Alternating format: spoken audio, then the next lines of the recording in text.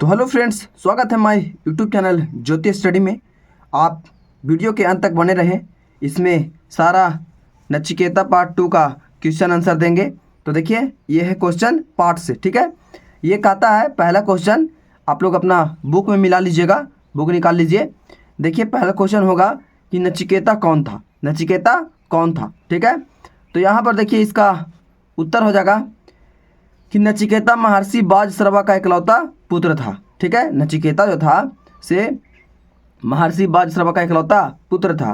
Question number 2 में देखिए, question number 2 में कहता है कि नचिकेता क्यों दुखी हुआ, उसने अपने पिताजी से क्या कहा, ठीक है। देखिए, इसका आंसर ये है। तो देखिए, ये जो है, देखिए, नचिकेता पिताजी को लोभवश बूढ़ी और कमज़ोर गाय दान देने देखकर दुखी हुआ था। नचिकेता जो था से पिताजी को बूढ़ी गाय दे रहे थे, तो उसको देख के क्या हुआ था, नचिकेता दुखी हुआ था, ठीक है। अब उसके बाद में देखिए, उसने पिताजी से कहा, पिताजी आपने तो इस महायज्ञ में अपना सर्वस्व दान में देने का निश्चय किया था, ठीक है। अब उसके बाद देखिए, यहाँ पर कहता है कि लेकिन आप अपनी प्रिय चीज़ों को ना देकर बूढ़ी व कमज़ोर गाय को ही दे रहे हैं, ठीक है। सर्वस्व यानी राज पर देने को कहा था उस यज्ञ में, ठीक है ना। और वो ना दे करके क्या दे रहा था, बूढ़ी गाय दे रहा था, ठीक है। इसीलिए नचिकेता क्या था, दुखी था, ठीक है। आगे देखिए, क्वेश्चन तीसरा देखिए, क्वेश्चन नंबर 3 में कहता है कि नचिकेता यमपुरी किस लिए गया, नचिकेता जो था से यमपुरी किस लिए गया था, ठीक है। तो यहाँ पर देखिए, नचिकेता जो था, देखिए बाजश्रवा ने क्रोध में आकर नचिकेता से कहा था कि वह उसे यमराज को दान में देंगे। पिता की आज्ञा का पालन करने हेतु नचिकेता यमपुरी गया था, ठीक है। वो क्रोध में ये सब बोले थे, ये बूढ़ी गाय के प्रश्न अति लेकर के बोला था नचिकेता। तो वो क्रोध में आकर के वो क्या किया था, वो यमपुरी जाने का आज्ञा दिया था, किसको, नचिकेता को। देखिए, क्वेश्चन नंबर 4 में देखिए, कहता नचिकेता को यमपुरी के मुख्य द्वार पर क्यों रुकना पड़ा, ठीक है। मुख्य द्वार पर क्यों रुकना पड़ा, ठीक है। तो यहाँ देख लीजिए, इसका उत्तर हो जाएगा कि नचिकेता जब यमपुरी पहुँचा उस समय यमराज कहीं बाहर गए हुए थे। नचिकेता जब यमपुरी पहुंचा था तो उस समय यमराज जो थे से कहीं बाहर पहुंचे हुए थे, ठीक है। उसके बाद अतः उनके आने की प्रतीक्षा में नचिकेता को मुख्य द्वार पर रुकना पड़ा, ठीक है ना। प्रतीक्षा के लिए उनको मुख्य द्वार पर रुकना पड़ा। अब क्वेश्चन नंबर 4 में देखिए, क्वेश्चन नंबर 5 में, ठीक है। ये रहा क्वेश्चन नंबर 5, ठीक है। तो यहाँ देखिए, क्वेश्चन नंबर 5 में कहता है कि नचिकेता ने पहला बार क्या मांगा, नचिकेता जो था से पहला बार क्या मांगा, ठीक है। तो पहला बार नहीं, यहाँ पर 3 बार लिख दिए हैं हम, ठीक है। 3 बार मांगा था, कितना बार, 3 बार, ठीक है। तो यहाँ देख लीजिए, तो यहाँ लिखेंगे उत्तर इसका, नचिकेता ने 3 बार मांगा था। अब पहला बार देखिए, पहला बार देखिए क्या मांगा। पहला बार था कि पिताश्री का मुझ पर से क्रोध शांत हो, पिताश्री का मुझ पर से क्रोध क्या हो, शांत हो, गुस्सा शांत हो, है ना। और सर्वमेघ याग संपन्न हो, ठीक है। अब उसके बाद देख लीजिए, दूसरा में क्या मांगा था, कहा था कि जिस विद्या से भय उत्पन्न ना हो वह मुझे प्राप्त हो, जिस विद्या से मुझे भय उत्पन्न ना हो वो विद्या क्या हो, प्राप्त हो, ठीक है। और तीसरा जो था, देखिए यहाँ पर, मुझे आत्मा का रहस्य समझाए। वो जो था से लास्ट में आत्मा का क्या यमराज से जानना चाहता, रहस्य, ठीक है, कि आत्मा होता क्या है, ठीक है। अब देखिए, ये आता है किसने किससे कहा, ठीक है। यहाँ से 7वां क्वेश्चन देखिए, किसने किससे कहा, निकाल लीजिए। कहता है कि मृत्यु के मुख में पहुंचकर कोई नहीं लौटा वत्स, किसने किससे कहा, ठीक है। तो बाजश्रवा ने नचिकेता से कहा था, जब वो यमपुरी जाने का आज्ञा ले लिया था नचिकेता, तो बाजश्रवा ने कहा था उनके पिताजी कि यमपुरी से लौटकर कोई नहीं आया है, मौत के मुंह में से लौटकर कोई नहीं आया है, ठीक है। अब यहाँ पर देखिए खा में, ठीक है, ये तो का हो गया, ये खा देखिए, ये खा में देख लीजिए, कहता है कि छोटा मुंह और बड़ी बात करता है, ठीक है। यज्ञ की मुझे चिंता होनी चाहिए, तुझे नहीं। किसने किससे कहा था? तो देखो ये जो है से बाज श्रवा ने नचिकेता से कहा था। बाज श्रवा ने नचिकेता से कहा था कि जैसे वो पिताजी थे वो यज्ञ करवा रहे थे, तो ये सब के लेकर प्रश्न कर रहे थे नचिकेता।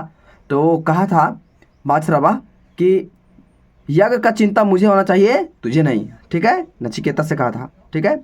अब गा में देख लीजिए, देखिए गा में कहता है कि आप तो यमपुरी जाने की आज्ञा पहले ही दे चुके हैं, अब कुछ भी कहना मेरे लिए निर्थक है, ठीक है। किसने किससे कहा था? तो नचिकेता ने बाजश्रवा से कहा था, यानी पिताजी से कहा था, ठीक है, नचिकेता ने। आप पाठ से देखिए आगे, पाठ से आगे देखिए, ये है क्वेश्चन आपका पाठ से आगे।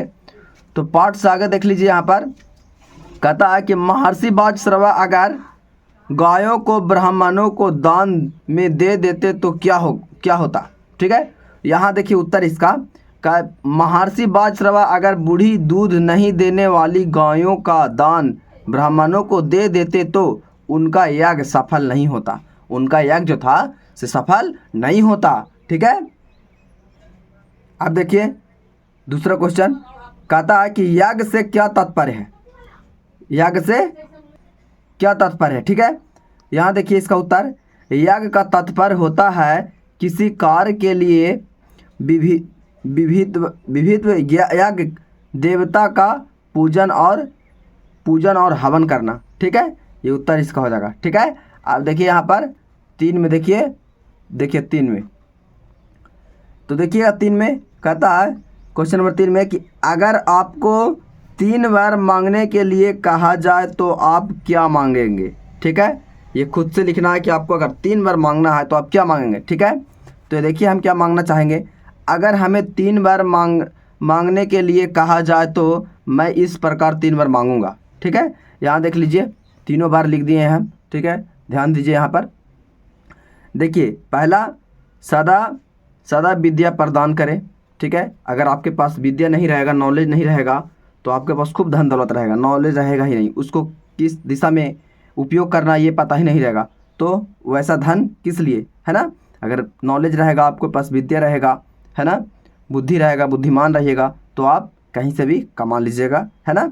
अब उसके बाद देखिए दूसरा में कि सदैव निरोगी रहें। सदैव निरोगी रहे के मतलब कि कभी बीमार ना हो, वैसा मतलब जो हम कुछ कर नहीं सकते हैं, ठीक है। मतलब बीमार नहीं रहे, स्वस्थ रहें, है ना, स्वस्थ रहिएगा तभी ना, है ना।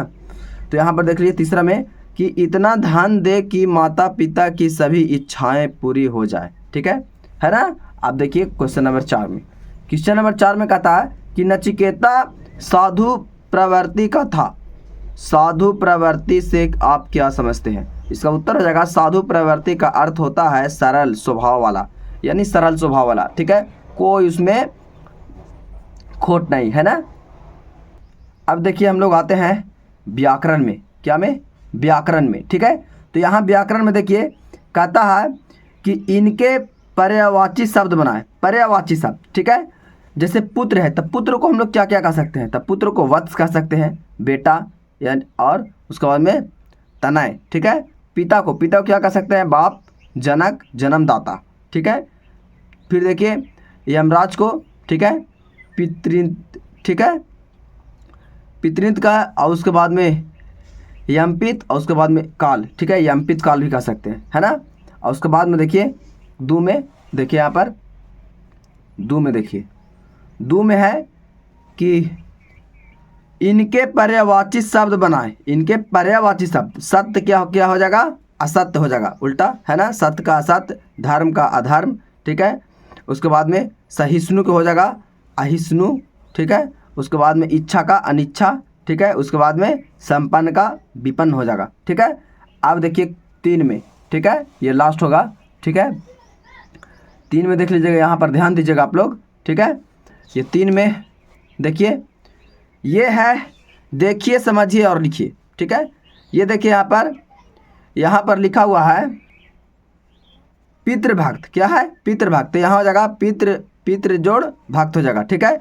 यहाँ पर है सहन शक्ति, तो यही हो जाएगा सहन जोड़ शक्ति हो जाएगा। ठीक है, यहाँ पर है मुखमंडल, तो यहाँ पर मुख जोड़ मंडल हो जाएगा। ठीक है, ये है गौशाला, गौ जोड़ शाला हो जाएगा। ठीक है, और उसके बाद में यहाँ पर देखिए ये है महायज्ञ, तो महा जोड़ यज्ञ हो जाएगा, महायज्ञ। ठीक है, ये है ब्राह्मण वाक्य। ठीक है, तो ब्राह्मण जोड़ वाक्य हो जाएगा। ठीक है, यह है, और यहाँ पर देख लीजिए है कर्म निष्ठ है। ठीक है, कर्म निष्ठ है, तो कर्म जोड़ निष्ठ हो जाएगा। ठीक है, अब उसके बाद में है आत्मज्ञानी, उसके बाद में देखिए यहाँ पर इसका हो जाएगा आत्मजोड़ ज्ञानी। ठीक है, देख लीजिए आत्मजोड़ ज्ञानी। ठीक है, तो ये हमारा नचिकेता चैप्टर पार्ट 2 समाप्त हो गया। लास्ट तक वीडियो देखने के लिए बहुत बहुत धन्यवाद। तो मिलते हैं अब नेक्स्ट वीडियो में, आज के लिए इतना ही काफ़ी।